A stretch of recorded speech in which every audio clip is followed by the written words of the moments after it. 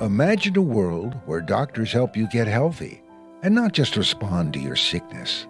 A world where experts empower you to feel good and bring peace, joy, and love to yourself and the world. An integrative approach to health.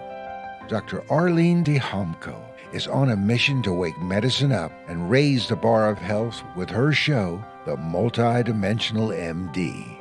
Call 678-495-4345 to talk to her live on air, or put your comments on Facebook Live at UI Media Network with your questions, concerns, suggestions, or just to say hello. Don't forget to like and share and spread the message as she helps activate the natural healing force within all of us. Let's join Dr. Arlene DeHomko in bringing spirit back to medicine on the MultiDimensional MD. Hi, I'm Dr. Arlene DeHomko, your host for the MultiDimensional MD, Waking Up Medicine. We are now on episode 10, and we're going to be talking about this paradigm shift. It's part of my mission in terms of waking up medicine. It's a paradigm shift in healthcare and in mental health. Because often when we're looking at problems or symptoms, anxiety, a lot of times we are going straight into that human kind of like fix-it mode. Like if your kid is anxious, if you're feeling anxious, or a loved one's feeling anxious, then sometimes the tendency is, you know what, I have to fix it. But what if we took a huge shift in perspective, kind of back out and have a more multidimensional view of that? And the first thing is to be able to listen, to really listen. I did a post on this on Instagram and Facebook before it, but when you're feeling anxious, if your kid's feeling anxious, someone's feeling anxious, to step back and listen, to really be able to hold sacred space, because it's in listening to that person and also listening to yourself, your own intuition, that you're really going to be able to access more healing, more depth of healing.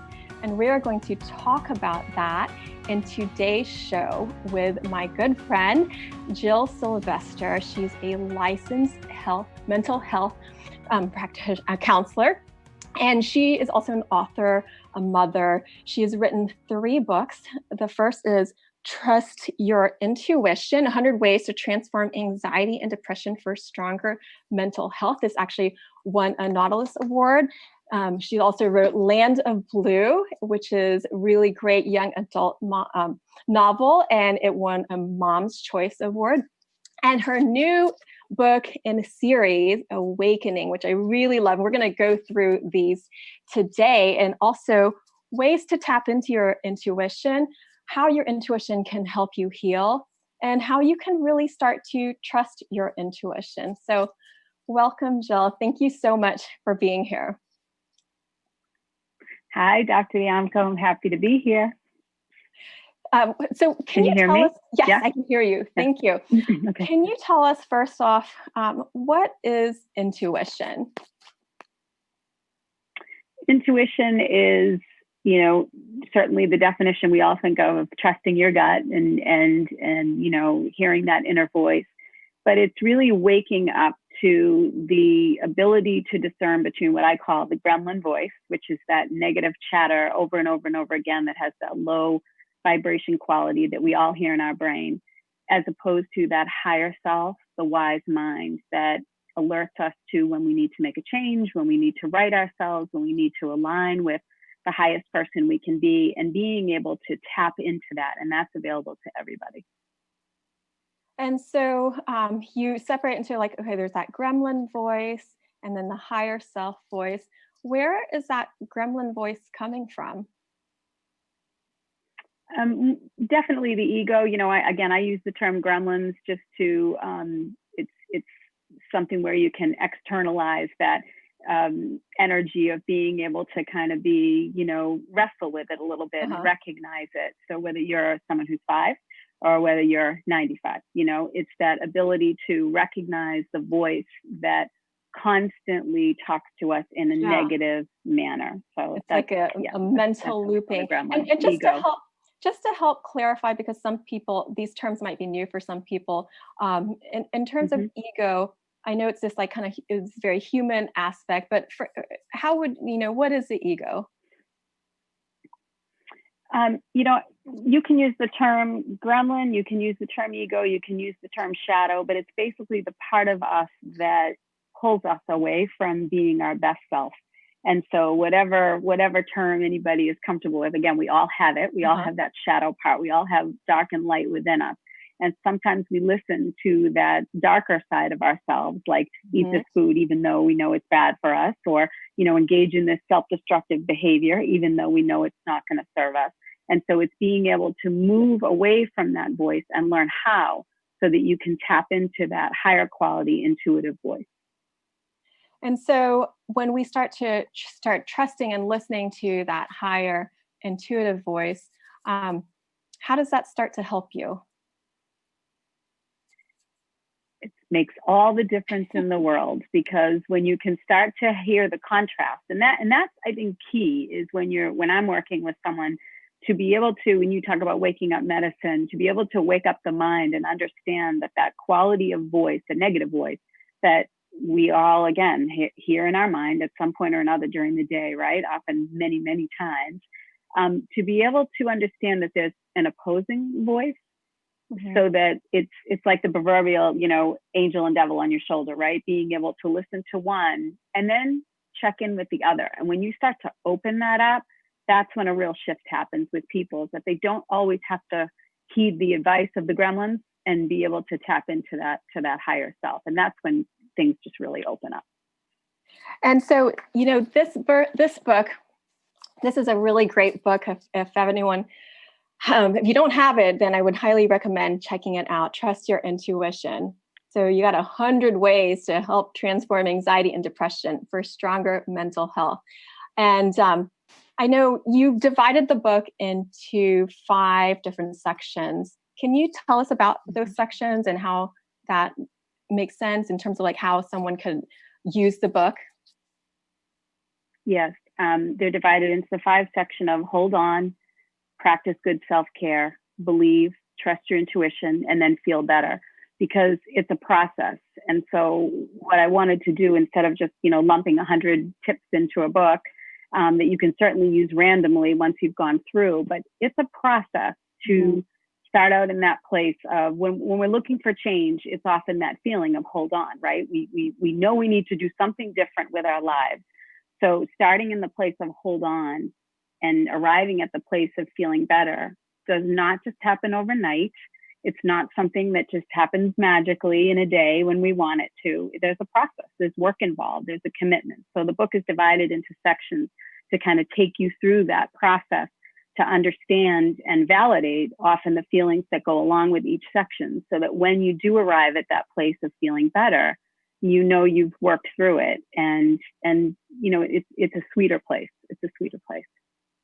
I like what you said, that it's a process, because I mean, I know for myself in certain points of my life, it's like, even now, it's like you want to be here. And then with quarantine and with things being so different in the world, you have this feeling of like, you want to be here, but it's a process. And so it's actually bringing yourself where you are, and then be really, really embracing where that process. So it's not always about the goal. And yeah, I heard Oprah speak about this too. And I know you had written in Oprah Mag too.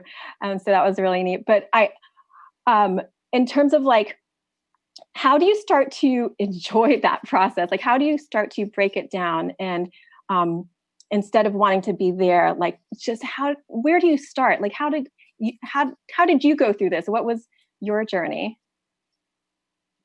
Yeah, so, the book is written with the tools that I've helped people, clients in session. I've worked with kids, I work with adolescents, parents, and individuals.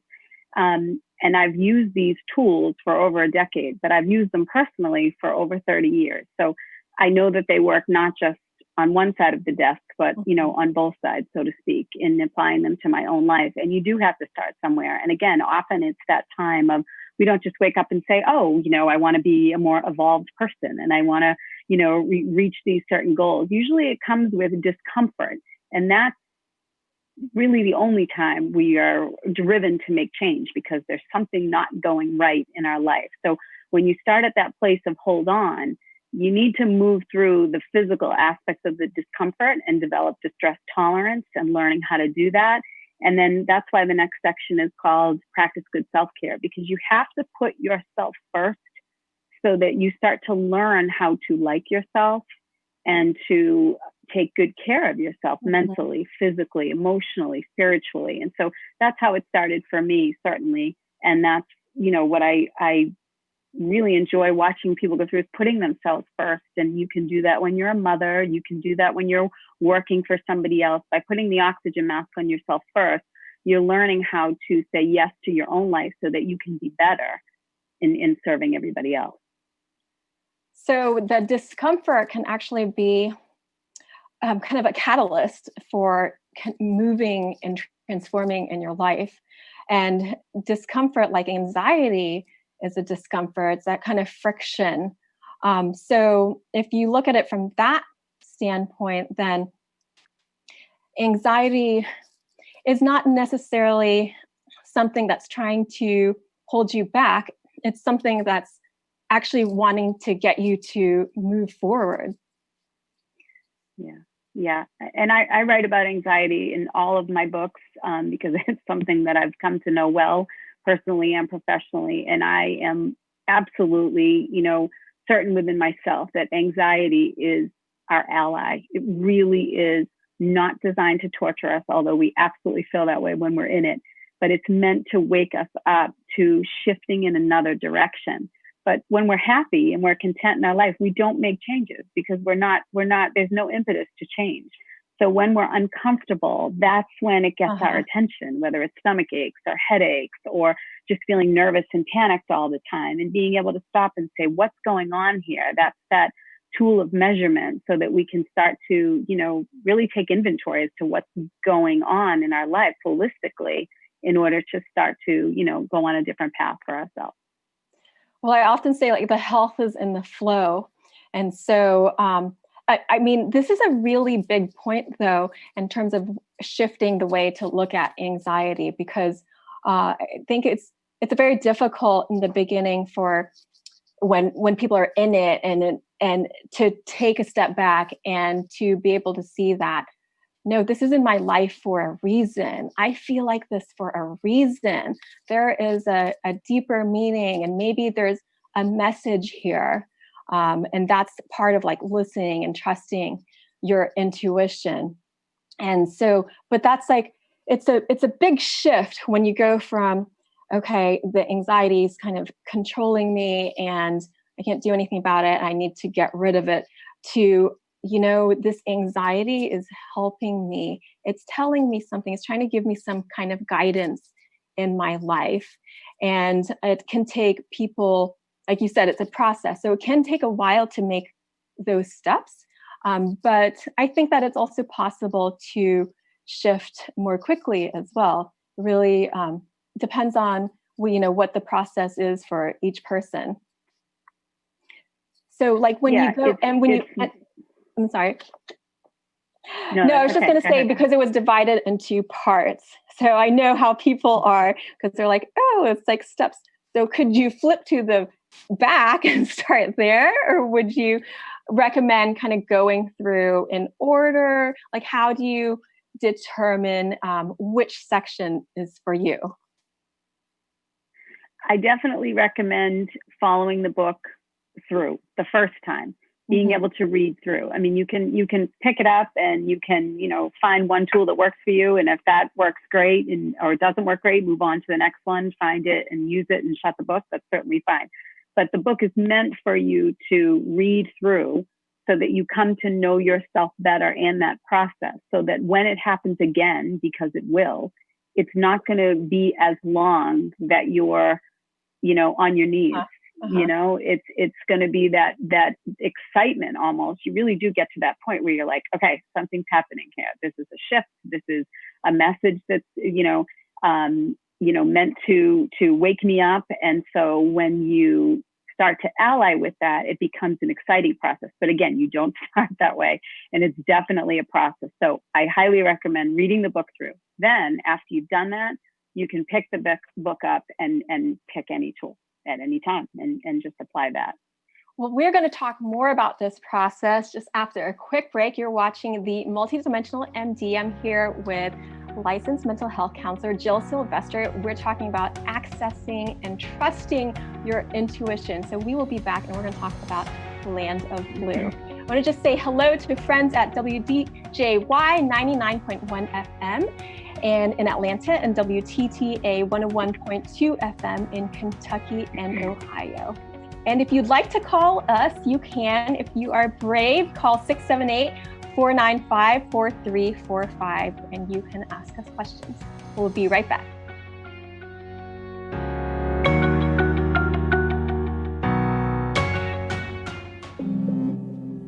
This is Kurt Arsenault of Arsenault Advisory Group. Do you make a six-figure income but live paycheck to paycheck? You're not alone. Many six-figure income households will buy too much home and too much car, creating tremendous financial stress that builds debt when you should be building wealth. If you make six figures and live paycheck to paycheck, visit arsenaultadvisory.com and download our free ebook titled, I Make Six Figures and Live Paycheck to Paycheck. You have nothing to lose and potentially everything to gain. Visit arsenaultadvisory.com today.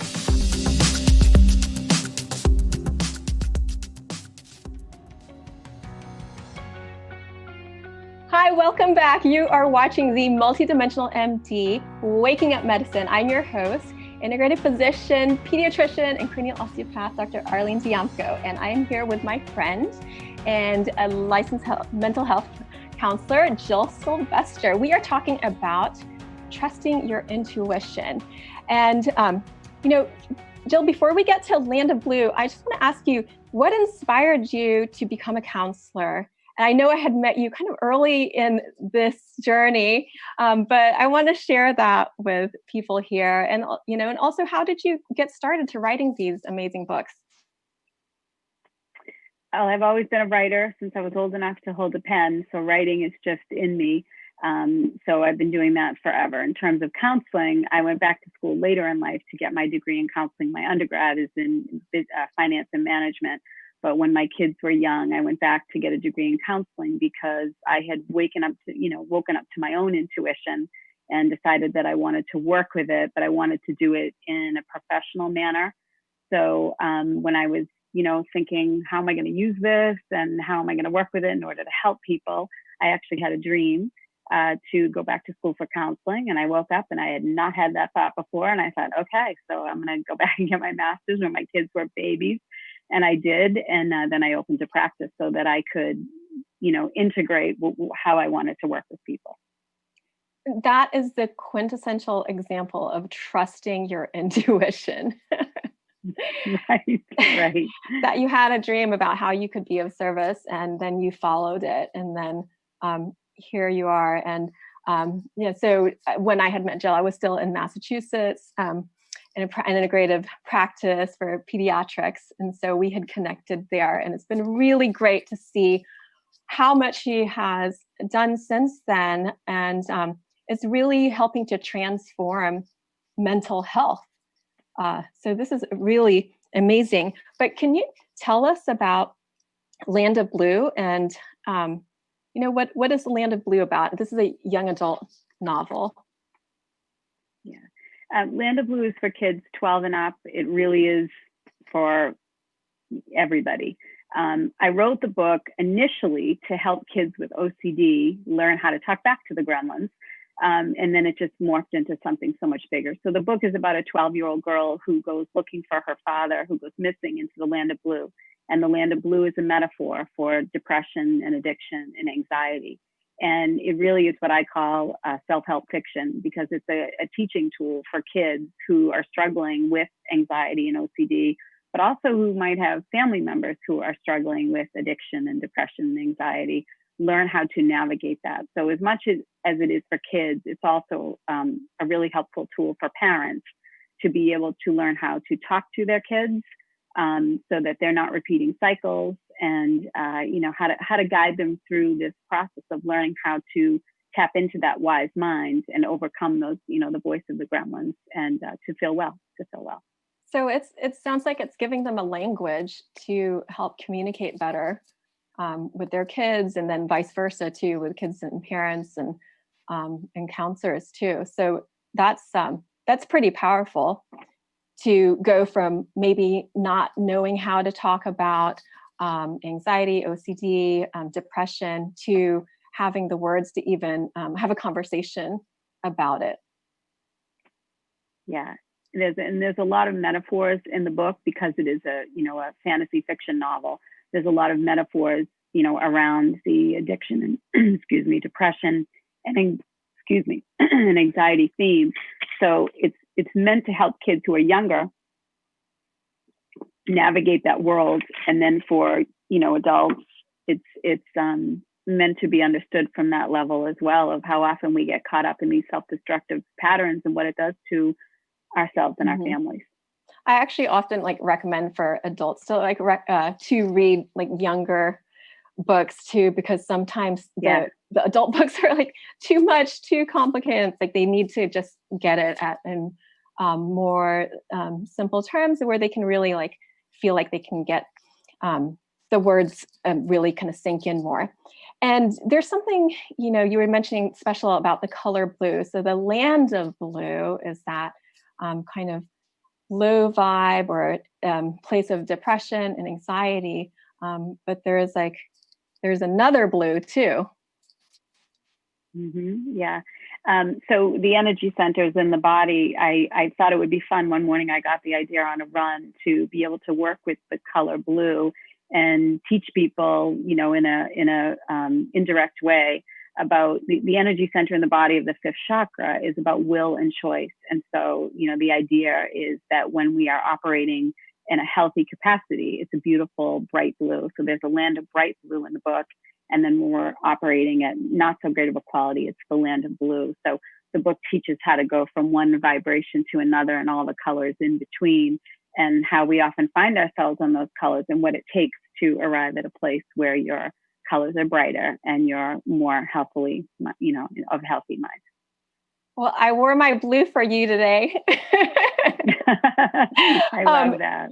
So you're shifting from kind of a low vibe blue to a higher vibe blue. How do you choose that? How do you make that choice to take a step towards raising your vibration? Or can you give us some examples? I think it comes from, again, a place of discontent, when we know that something isn't right. And often we don't know that theoretically, we just know it by the way we feel. Something's off, we're uncomfortable, we're anxious all the time. And so we have to start there. We have to start somewhere, of learning how to navigate from one place to the next. So if we're, Cassie's a nail biter in the book, and, a lot of her stress goes into counting things and classic OCD kind of symptoms. And so her gremlins at the beginning of the story, they support that journey of keeping her on a low, kind of yucky, kind of blue color vibration.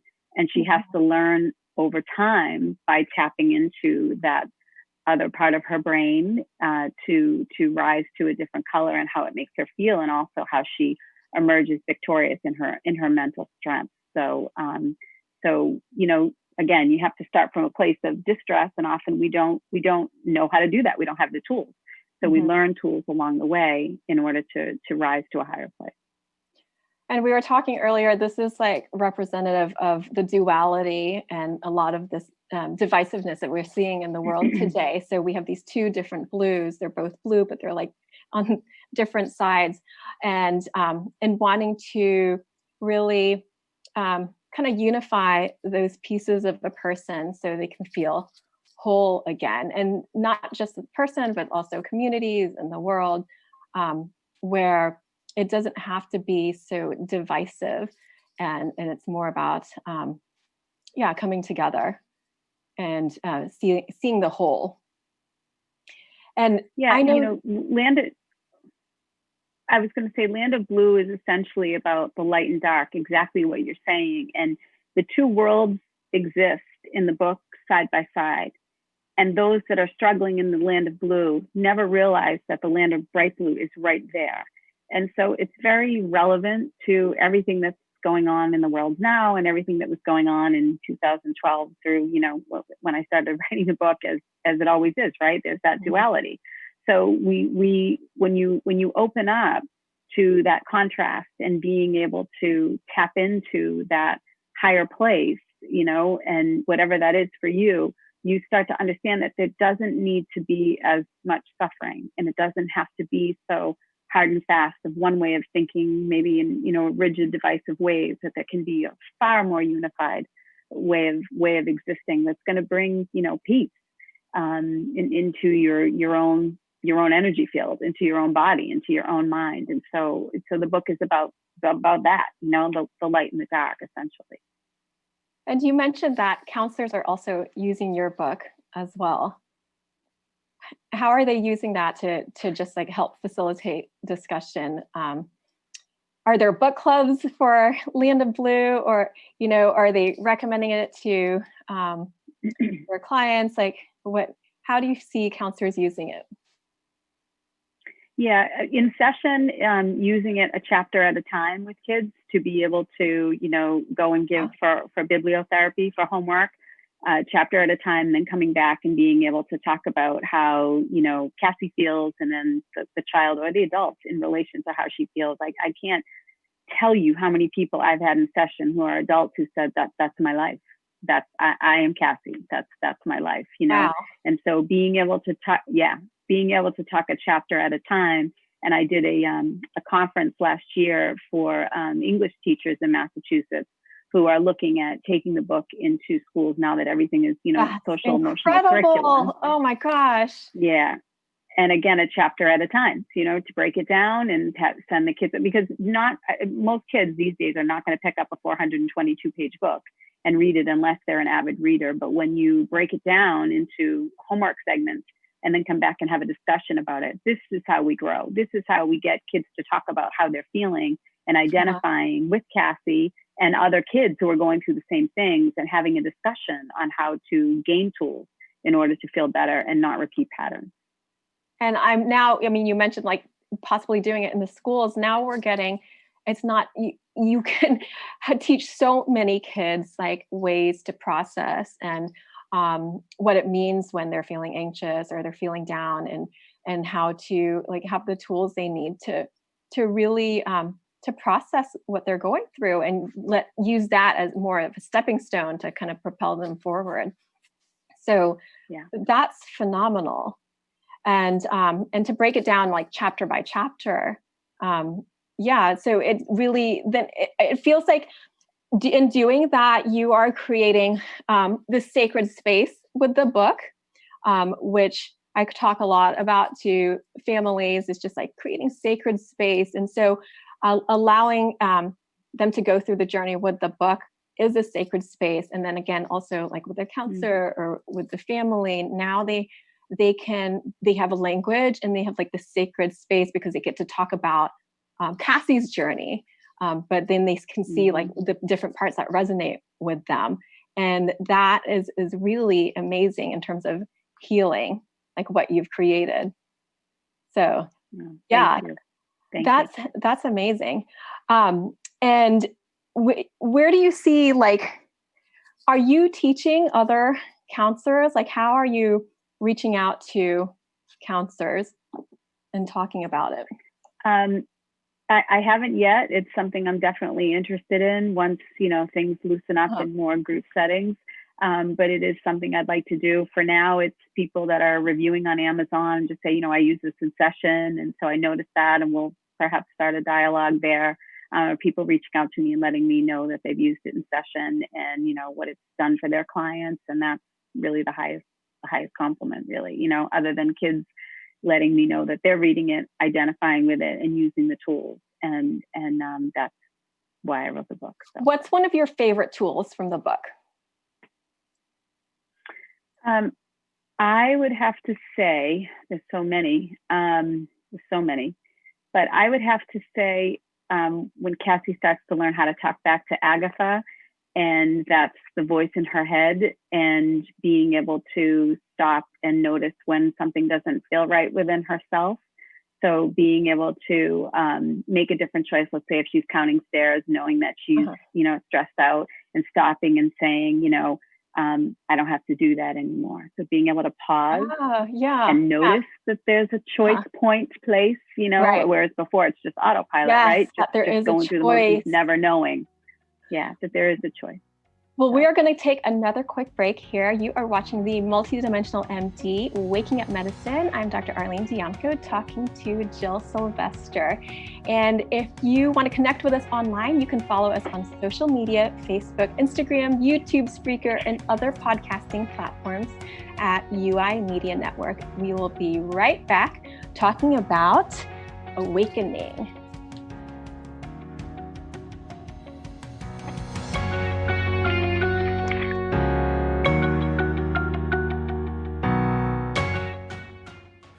At Heiser Orthodontics, we understand that your smile is a big deal for both kids and adults. We have the latest technology and state-of-the-art equipment. But honestly, what makes us unique is our patient experience. And we are not the only people saying this. Heiser Orthodontics is amazing. Superb. Trustworthy. Compassionate. A friendly place where they know what they're doing, and that's what I like about it. We are a family-owned private practice where kids are valued, parents have a voice, and the entire Heiser team puts the patient first. Discover the Heiser Orthodontics difference. Call 470-330-9083 for a free consultation today.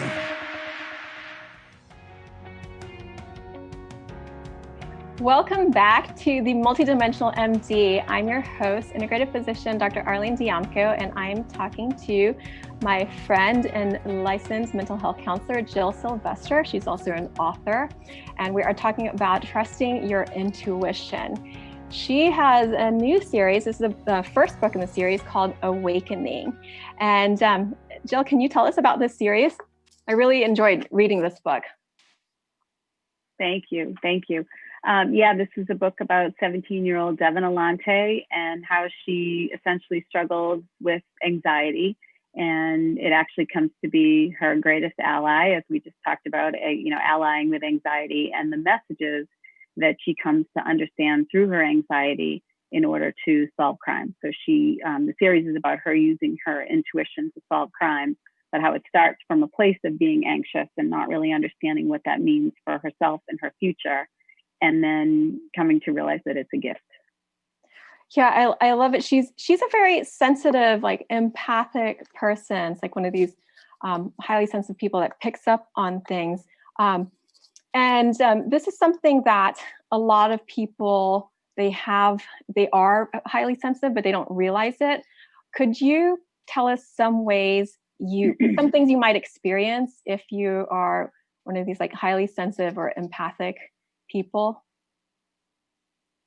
Sure. And that's a lot of why I wrote the book, because a lot of my clientele, and I know we've talked about this before about the whole empathic piece, experiences these things and often feels like, it's the anxiety and not coming to understand that it may be from large crowds. It may be from being in a negative situation and taking on that negativity, which can translate into your body feeling really anxious and negative, and you feel like it's you. But then when you step away or maybe go outside in nature or, just kind of get quiet, you realize that it may have had to do more with your surroundings and maybe the people that you're around. And not that it's anybody else's fault. It's just that if you're a person who's in tune and sensitive to your environment, surroundings, you can feel things, 10 times what another person might feel. And so everything just feels heightened and gets overwhelmed, which can lead to anxiety and not knowing how to control it. And it's really just different kinds of people, different constitutions. And I know I see a lot of really highly sensitive people in my practice also. And right now, because, the energies are so intense in the world, how could someone that is really empathic and highly sensitive, what could they do, or what steps could they take to just help themselves process during a time like this, when there's so much going on. And so no matter where you are in the world, you're really going to feel the impact of this huge crisis that the world's going through. Yeah, it's so much going on, and the first thing that comes to my mind is to take a break. You know, I know for myself, the first time going out to the stores, that through this whole crisis, that was the first time, well, not the first time, but feeling it like that on a different level, to you know, wearing the masks, right, and being able, you know, going in and just experiencing like, this is our current reality, and it hits you like a wall, and you realize that things are different. And so I know for myself, coming out of the store the first time, I had to sit in the car for a second and just take a breath and just kind of let it settle in and just take a moment, because it was like, wow. And so I've heard this a lot since, when I've been talking about that's, you know, how a lot of people, probably most, right, on some level, feel. So by stopping and just allowing yourself to feel it is the best way through it, because sometimes we get overwhelmed. We don't know how to deal with it. So we don't deal with it. We keep going, and then it follows us around all day long, you know, until we have, you know, until we get really upset or we engage in self-destructive behaviors. So when you're feeling overwhelmed like that with anything going on in the world or whatever's going on in your own personal life, to be able to stop and just take a breath and just say, okay, what am I feeling? What's going on? Take a breath and just kind of assimilate and incorporate it into your being, and then move forward. It doesn't mean the situation has changed. It just means that you've now integrated it and you've embraced it, and then, you know, continue moving forward. So you do have to learn how to be comfortable with your own discomfort in a way, which allowing yourself time and space to feel something that doesn't necessarily feel good is a huge step. And it can be, I think it's scary for people in the beginning. Some people are afraid that they're going to get stuck in that. But by allowing yourself to really be who you are in the moment and just embrace that in a loving, like non-judgmental way, then you allow for so much more healing, rather than creating like this big tug of war. It's like, sometimes I tell people, it's like if you take a soda bottle and you like shake it up, and there's all this pressure that's built up inside. And really, if you embrace it and can go through it, then all of that can diffuse and process more efficiently. Yeah, definitely embracing it. Another way to embrace it is by journaling, you know, to be able to just grab your journal at the end of the night and say, this was really hard. This was really difficult. I wish this was different. I wish that was different. Just kind of release and get it all out, and then end with what you're grateful for, so that you're always ending on a positive, can help to balance that light and dark as well, to be able to honor it, because again, it's a part of all of us, and you know, embrace it and then move through it, because there are good things too. Is that something that you do pretty regularly as a writer? Yeah, definitely. I'm a big journal writer. I always have been. How long do you have to give yourself to, you know, feel like you got something out of writing, or just like, you know, journaling about it and then writing about what you're grateful for? I think it depends on the person. I think if you're really overwhelmed, then you want to give yourself some time, you know, 15, 20 minutes. Sometimes it's an hour if you've really got something that feels really intense. But again, trusting your intuition and your body to tell you when you're done. Sometimes it can be 5 minutes. It can just be the end of the night of just, you know, again, this is what I wish was different. This is what I would like to do differently tomorrow. Here's where I want to do better. Just kind of release it and get it out, and then end on 3 things you're grateful for. How did you learn to process your gifts as an intuitive?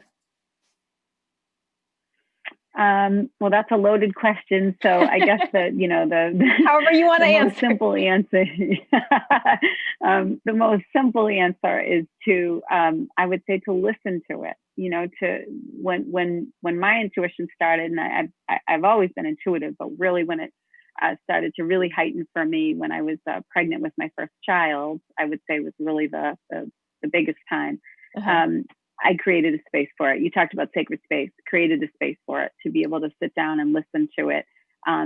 Channeling your dreams is a huge way to open up your intuition and learn how to work with it. By listening to what your dreams and the messages there that have to tell you. That's a big part of my counseling work with people. The messages that we receive from the subconscious, again, pointing us in the direction that we need to go. So I think I just learned how to be a good listener, just creating a space to be able to understand what my intuition was trying to tell me. And I like what you said about us, like listening to your dreams. But dreams can also be, like in the book, can also be like metaphorical too. It's not, so it's, I mean, what would you say would be like one of some of the initial steps in terms of like learning how to listen to your dreams?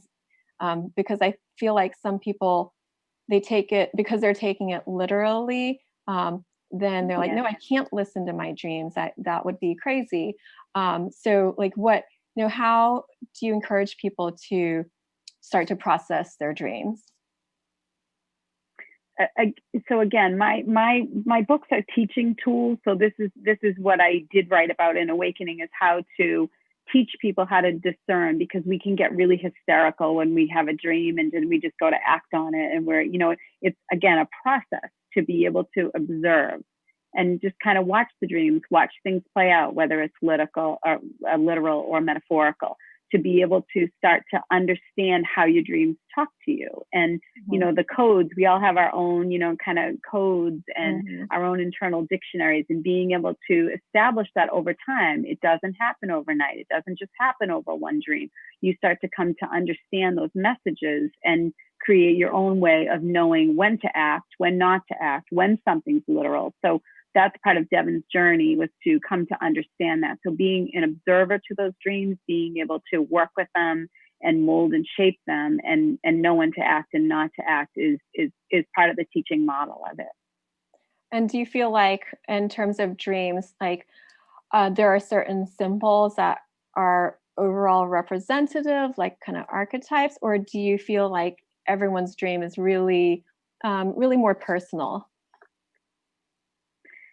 There can be, definitely archetypes. I think it's fun to look up on Google when you have a certain, image in a dream and have fun with it. But I tell people who ask me that, or they'll say, I looked it up and this is what it means. I think that's why I'm asking, because everyone's looking up on Google. Yeah, right, totally.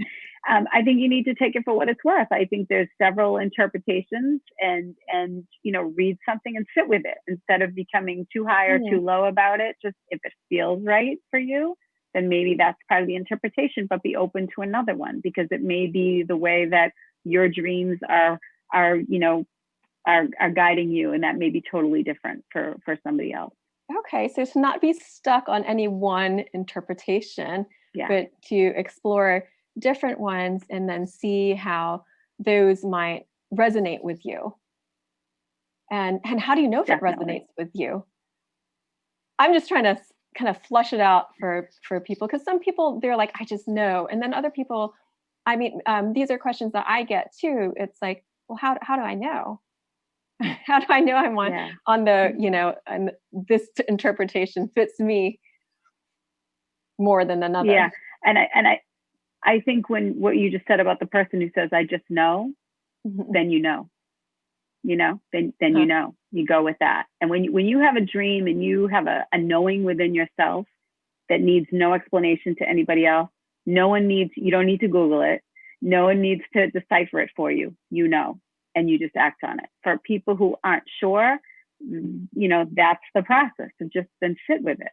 Then just kind of sit. Maybe you'll have another one, Maybe you'll have another dream about the same thing where you're in the same setting. See what happens. See that, let the momentum kind of build, and see if it doesn't, it'll bring you somewhere. But again, it's a process of learning to trust yourself. It's just like when you're taking a course in something.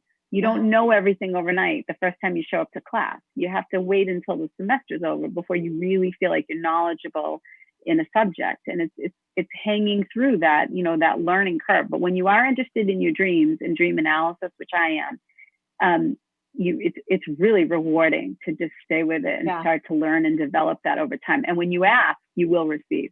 So it's pretty fascinating. I'm hearing the same theme. You're like, sit with it, stillness, listen. So no shortcut. No, I can't look it up in a book and shortcut to like, this is the answer of my dreams. And so, okay, so that takes a lot of patience, that takes courage, and a lot of trust. We're going to take another really quick break here. This is Dr. Arlene Diamco. You are watching the MultiDimensional MD, Waking Up Medicine. I'm here with Jill Sylvester, author and licensed mental health counselor.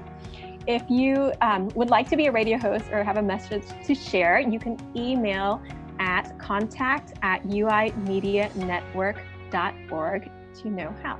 We'll be right back.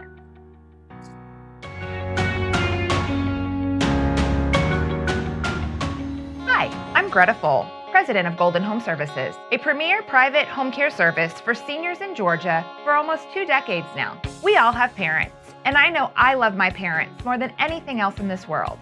And because of that, Golden Home Services makes sure we care for your parents as if they were our parents. Call 678-242-0084 anytime, or visit goldenhomeservices.com to select from our range of affordable home care services. Hi, welcome back. This is Dr. Arlene Diamco. You are watching the MultiDimensional MD, Waking Up Medicine. And I'm here with my friend, author, and licensed mental health counselor, Jill Sylvester. We are talking about trusting your intuition, how to access it, and how that can really help you in healing. And this is a paradigm shift in terms of mental health and healthcare. And so, Jill, how would you implement this into a multidimensional approach for healthcare and mental health care? Like, how do you see this? I'm just a fan of looking at the whole person as opposed to labeling and just having that one track of the clinical lens. And I think it's important to, not label somebody so that they feel stuck with that, because that's just a low vibration to me. In feeling like we're always going to be that way, or we're always going to struggle in one vein, and being able to look at the whole person, why they might be struggling, why they might be having anxiety, and helping them get to the root of it so that they can work with it and not feel like they're going to, always be an anxious person for their whole life. And this is, what is different in terms of like how you practice versus maybe mainstream kind of mental health? Well, again, I am a licensed mental health counselor, so certainly the clinical piece is part of what I do, but I also bring in alternative strategies. So being able to talk about energy and energy fields, and being able to talk about, being sensitive, and what you're reading anxiety, and understanding messages of dreams, understanding messages of discomfort, and what it might be saying to us to wake us up to our life. That's I would say how I might be different from somebody else. So you're more than a diagnosis. And do you feel like, in terms of like how people are typically trained in mental health, like does anyone talk about energy? Do they talk about this perspective of like your anxiety meaning something, or is this really like that big of a shift? I think it's a big shift, but I've also had, colleague friends of mine who have used Trust Your Intuition in session and said, they're really, making a lot of strides with people with it, and talking about energy and being open to it. It doesn't have to be this like woo-woo, new age thing. It can be a very grounded approach to the counseling process.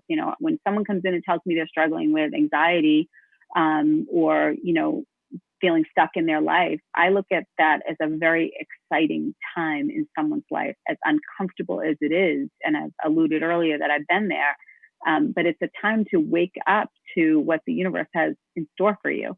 So, working through that place and being open to the messages that come and the guidance that come as a result of wanting to do better and feel better is what I see is a very exciting time. And I work with people to feel the same way, so they get excited about it too, so that it's not necessarily a bad thing. We don't have to hang out there for as long as we might think we do. Uh-huh. So I think it helps to be curious, I guess, about, how you're feeling, and to bridge from like not wanting to feel it to be curious and like be open to it, so that you can actually step into that excitement of whatever you're feeling, and and the reasons behind that. Yeah. And you do have to be open to it. I think that's a key phrase, is that you have to be open to that kind of a dialogue, so that you can be open to the shifts in your own life. That's the only way we're going to heal, is when we're open to something different. Otherwise, we're just going to keep doing the same thing over and over and over, which is the definition of insanity, right? So being open to something new is absolutely key in anyone's healing of any kind. So you're really being like open to yourself and hearing yourself in a different way. So have you had, like, if people don't know you, they're in the mental health field, or even in healthcare, could they pick up these books and be able to use them, or do they need any special training? No, they can definitely pick up the book and be able to work with it right away. We are developing a curriculum for schools. We've got reading guides coming for chapter questions that I'll have eventually on my website for those people, who are interested in that, to supplement, the work of using bibliotherapy in session, for sure. But yes, you could pick it up, and it's very easy to use. And I want to, we have really just moments before the show is over, but I want to give people some tools that are in your book. And so can you tell us some of your, just to give people a taste of what's in here, some things that you would recommend for people, some tips? Sure. Yeah, sure. It's grounding techniques from Hold On. There's 25 of those, so that you're working through how to ground yourself when you're getting upset. So the very first one is Hold On, and being able to literally hold on to something physically when we're feeling panicked is a way to drop an anchor in the moment, so that we can get clear and take the next step. And sometimes that's how hard it can be, is that we literally have to just stop, and we don't even know how we're going to get to that next moment. So being able to ground yourself, and also naming your feelings. It's really important sometimes to just say, I'm mad, I'm sad, I'm jealous, I'm enraged, I'm overwhelmed. And these simple emotions that are oftentimes hard for people to articulate, or to just speak, to know within themselves that that's what they're feeling. So I would say those first two are really, really essential to healing. And then of course they get, through the book, there's many more, once we start to name it to tame it, huh? That's what they say. Yeah, exactly. Yeah. And that's a huge part of really getting to know yourself, who you are, is to be able to identify how you feel. And a lot of times we don't take that time. If we're just busy and just going same old, then it's really about taking that time to be able to identify how you feel, and then to be able to start to process it. Yeah. And so I think that's really a great, it's a really important first step for people to take. And a lot of this really has to do with understanding yourself more, knowing who you are. And that's where the confidence comes from, where really being able to trust what you're hearing, what's coming through for you. And there was one tip in your book that I really liked. It was I think if you're feeling stuck in a box, just to imagine creating a door. And so literally just drawing a door in your mind, and then opening it, and then walking through it. Yeah. And sometimes, that the power of the imagination, which Einstein said is the greatest tool that we have, and I totally agree with that, is being able to visualize that success. So sometimes when we're stuck, it's a physical feeling of being trapped, like you said. But if we just imagine opening a door, which sounds so basic, but I highly recommend trying it because it works, to open that door and step outside and just feel what it feels like to be in a different space. And then what do you want to do from there? Take that next best step, take the next step from there. But being able to release yourself from that self-imposed prison, because that's what it is. We get trapped here in our mind of how we think we're trapped, and how we are thinking about the situation is how we're going to feel about the situation. And how we feel about the situation is how we're going to behave. So it's really important to change our minds about something, and a visual is often very, very helpful in that process. And if someone has difficulty visualizing, could they just go to a physical door and like open it and step through? Sure. Yeah, absolutely. Sure. Or draw one and open it. Or draw one and open it. Yeah. But the point is to imagine, right? Just to imagine what would it feel like on the other side of this prison, this box, this trapped room where you feel like you can't breathe. What would it be like? And just tap into that for a second. And then again, compare, right? It's that contrast of, we're feeling one way, there's another way to feel.